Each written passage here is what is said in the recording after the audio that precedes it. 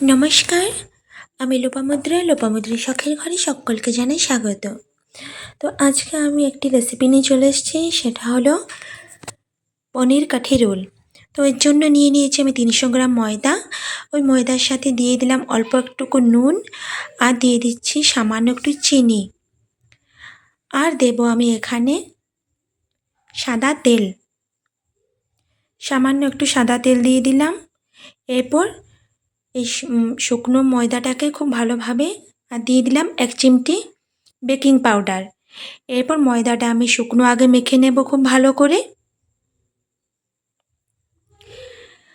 আমি ময়দাটার সাথে অল্প একটুকু আটা মিশিয়েছিলাম, 3 ভাগ ময়দা 1 ভাগ আটা।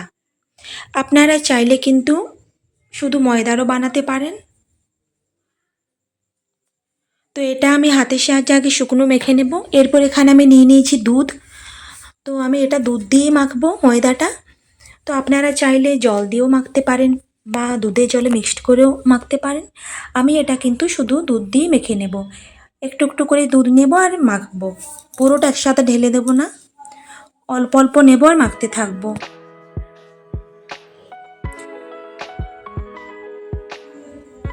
তো আমি মাখতে থাকি, আপনারা সাথে থাকুন, দেখতে থাকুন। তো এটা আমি লাচ্ছা পরোটা বানাবো।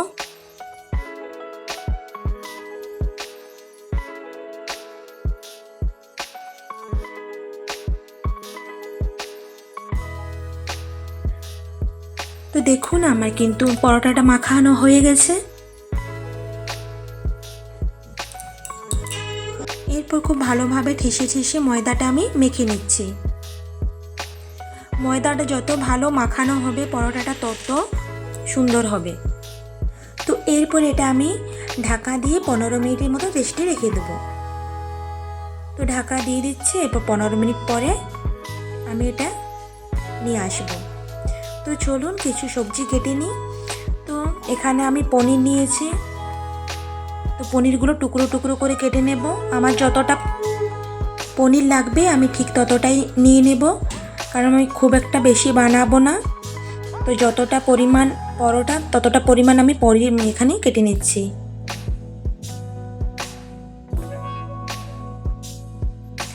তো এটা আমার বাড়ির তৈরি পনির। আমি তো আগেই বলেছি যে আমি পনির যে কোনো রেসিপি বানালে বাড়ির তৈরি বানাই। তো এখানে আমি কিছু সবজি কেটে নিয়েছি, গাজর, টমেটো, পেঁয়াজ আর ক্যাপসিকাম। তো ওগুলো একদম সরু সরু করে কেটে নিয়েছি। তো এদিকে দেখুন একটা পাত্রের মধ্যে আমি দিয়ে দিলাম দই, আর ওই দইয়ের সাথেই আমি পনির টুকরোগুলো দিয়ে দিলাম। এরপর কিছু মশলা আমি অ্যাড করব। এখানে দিয়ে দিচ্ছি হলুদ গুঁড়ো, দিয়ে দিলাম লাল লঙ্কার গুঁড়ো, আর দিয়ে দিচ্ছি জিরের গুঁড়ো আর ধনের গুঁড়ো, আর দিয়ে দিলাম আমি চাট মশলা, আর দিচ্ছি গোলমরিচ গুঁড়ো, সবশেষে দিয়ে দিলাম কাসুরি মেথি। এরপর দিয়ে দিচ্ছি পরিমাণ মতো নুন। এরপর সমস্ত মশলাটা দিয়ে দইয়ের সাথে খুব ভালোভাবে আমি পনিরটা মেখে নিচ্ছি। তো আপনাদের যতটা পরিমাণ লাগবে ততটা পনির নেবেন। আমি এখানে খুব একটা বেশি পনির নিলাম না, বাকিটা রেখে দিলাম। তো এটা আমার মাখানো হয়ে গেছে। আমি 10 মিনিটের মতন এটা রেস্টে রেখে দেবো। তো এদিকে আমি একটা প্যান বসিয়ে দিয়েছি। প্যানের মধ্যে অল্প একটু সামান্য তেল দিয়েছি। তেলের মধ্যে দিয়ে দিলাম রসুন কুচি। আমি কিন্তু একদম বেশি তেলে রান্নাটা করব না, সামান্য অল্প একটু তেলে রান্নাটা করব। তো দেখতেই পেলেন একটু সামান্য তেল দিয়েছিলাম। ওর মধ্যে রসুন কুচিটা একটু ভাজা ভাজা হয়ে যেতে সবজিটা দিয়ে দিলাম, ওই যে গাজর, ক্যাপসিকাম, টমেটো আর পেঁয়াজ। এরপর এগুলো হালকা হাতে একটু ভেজে নেব। সামান্য একটু নুন দিয়ে দেব, যেহেতু পনির মশলাটায় নুন দেওয়া আছে, তো নুন আর বেশি লাগবে না। তো দেখুন এটা কিন্তু আমার ভাজা ভাজা হয়ে গেছে, একদম সেদ্ধ হয়ে গেছে। তো এর মধ্যে ওই যে মেখে রাখা পনিরটা আমি দিয়ে দিলাম। তারপর আমি এটা খুব হালকা হাতে একটু নেড়ে নেব। আর বেশিক্ষণ আমি এটা ভাজবো না বা রান্না করব না। 1 মিনিটের মতন নেড়ে চেড়ে এটা আমি কুক হতে দেবো।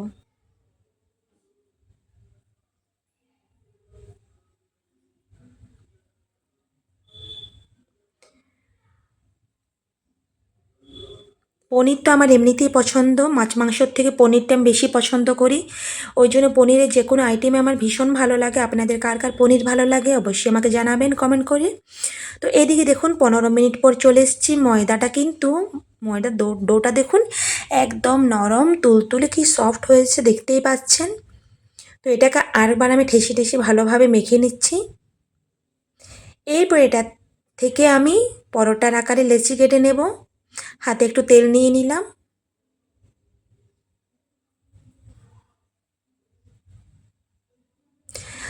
আপনারা চাইলে এমনি পরোটা করতে পারেন, এমনি পরোটার মধ্যেও পনির রোল বানাতে পারেন। আমি এটা লাচ্ছা পরোটা বানাবো, তো এখান থেকে আমি 6টা ডো হয়েছে দেখতেই পেলেন। এরপর ডোগুলো খুব ভালোভাবে আমি গোল গোল করে নেব। আগে আমি সবকটাকে ভালো করে গোল করে নেব। এখানে ময়দা ছড়িয়ে দিলাম, ময়দা ছড়িয়ে গোল করে একটু চেপে চেপে দিচ্ছি।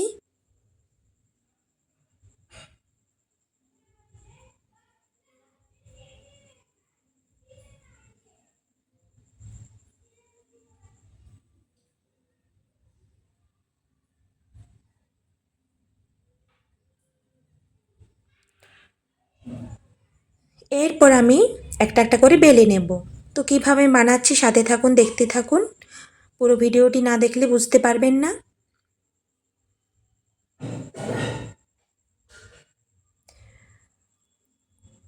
তো আমি আগে বেলে নিলাম দেখুন একটা করে।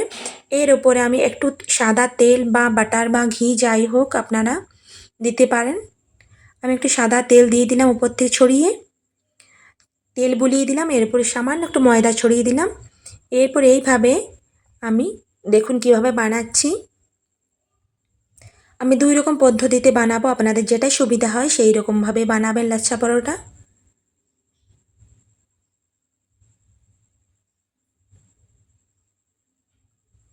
এরপর এটা আমি এইভাবে গোল করে নেব। এইভাবে সব কটাকে আগে বানাবো, তারপর আবারও বেলে নেব। তো এর ওপর থেকে একটু তেল বুলিয়ে দিলাম। এগুলো আগে একসাথে সব বানিয়ে নিই, তারপর আবার বেলে নেব। তো এটা আরেকটা লাচ্ছা পরোটা, এটাও দেখবেন কিভাবে বানাচ্ছি, যেটা আপনাদের সুবিধা হয় সেরকমভাবে বানাতে পারবেন। আর যদি লাচ্ছা পরোটা নাও বানাতে চান তো এমনি সিম্পল প্লেন পরোটাতেও আপনারা বানাতে পারেন পনির পরোটা।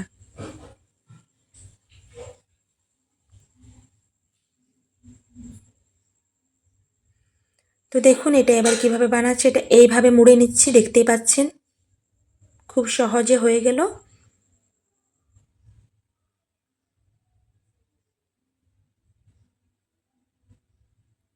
দেখতে ঠিক খাজার মতন হয়েছে।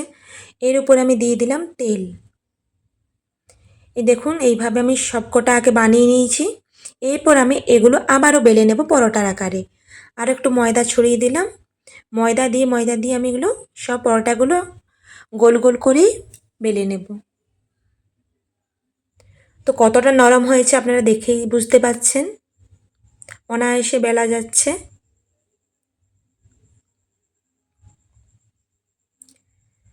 তো কার কার পনির পরোটা ভালো লাগে অবশ্যই আমাকে জানাবেন। আমার তো ভীষণই ভালো লেগেছিল, তো আমি ভাবলাম আপনাদের সাথে শেয়ার করি। আমি যখন বানালাম খেতে খুবই টেস্ট হয়েছিল। এটা আপনারা সকালে ব্রেকফাস্টে বা সন্ধেবেলায় বা টিফিনে যে কোনো সময় বানাতে পারেন। বাচ্চাদের তো ভীষণই ভালো লাগবে। আর অবশ্য যারা মাছ মাংস, যারা ডিমের পরোটা খান না বা ডিমের রোল, তারা অবশ্যই এইভাবে পনির রোল বানিয়ে খেতে পারেন বা পেঁয়াজ না দিয়ে নিরামিষ বানাতে পারেন, সেটাও ভালো লাগবে, সবেতেই ভালো লাগবে। তো এইভাবে দেখুন একটা একটা করে পরোটা আমি বেলে নিচ্ছি। একদম গোল গোল করে বানিয়ে নিলাম দেখতেই পেলেন।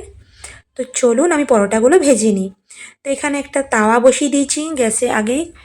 তো তাওয়াটার মধ্যে আগে পরোটাটা দিয়ে দিলাম, ওপর থেকে অল্প একটু সামান্য সাদা তেল ছড়িয়ে দিলাম। আপনারা চাইলে বাটার দিতে পারেন। তো খুব অল্প তেলে আমি পরোটাগুলো ভাজবো, সেটা আপনারা দেখতেই পাচ্ছেন। তেল একদম কম দিয়েছি। এখন দিয়ে তেল বেশি খাওয়া একদম ভালো না, যতটা তেল অ্যাভয়েড করা যায় ততটাই ভালো শরীরের পক্ষে। যেটুকু না দিলেই নয় সেটুকু দেওয়াটাই ভালো। তো দেখুন এইভাবে আমি মুচমুচে একদম পরোটাগুলো ভেজে নিচ্ছি। এদিক ওদিক করে উল্টে পাল্টে আমি গ্যাসটা একদম লো ফ্লেমে করে দিয়েছি।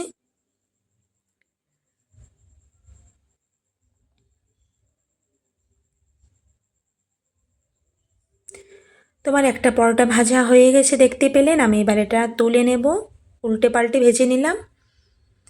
তো হয়ে গেছে, আমি একটা প্লেটের মধ্যে পরোটাটা তুলে নিচ্ছি।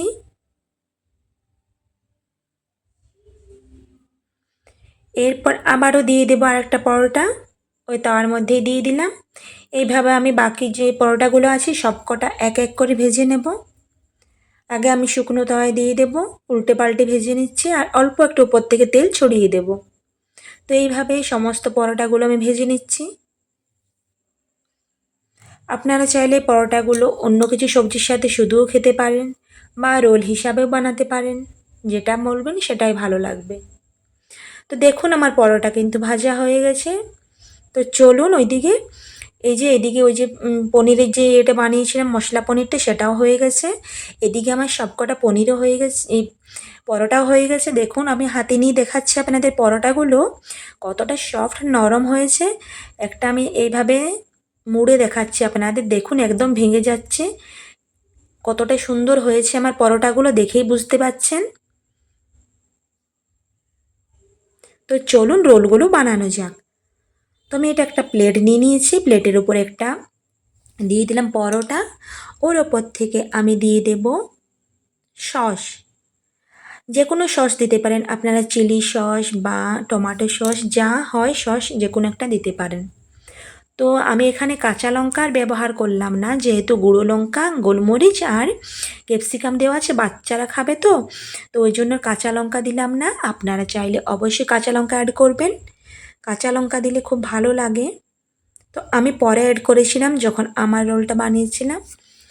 তো দেখুন ওপর থেকে আমি মশলা পনির দই যে মেখেছিলাম সেই পনিরটা দিয়ে দিচ্ছি সস দেওয়ার পরে। তো যে যেমন ঝাল খান সেই অনুযায়ী ঝাল দেবেন। এরপর ওপর থেকে আমি শসা আর পেঁয়াজ কুচি ছড়িয়ে দিচ্ছি। এরপর দিয়ে দিচ্ছি একটু লেবুর রস। এরপর আমি রোল আকারে গড়ে নেব। খুব সহজে হয়ে যায় পনির রোলটা। আপনারা যে কোনো দিন যে কোনো সময় বানাতে পারেন, বাচ্চাদের জন্য তো ভীষণই ভালো একটি খাবার, বাচ্চারা খুব খুশি হবে। সবসময় একঘেয়েমি এগ রোলের থেকে এইভাবে পনির রোল বানিয়ে দেবেন, খুবই ভালো হয় খেতে, বাচ্চা বড়রা সবারই খুব পছন্দ হবে। তো একটা কাগজের সাহায্যে আমি মুড়ে নিচ্ছি এরপর। তো এইভাবে আমি সবকটা রোল বানিয়ে নেব।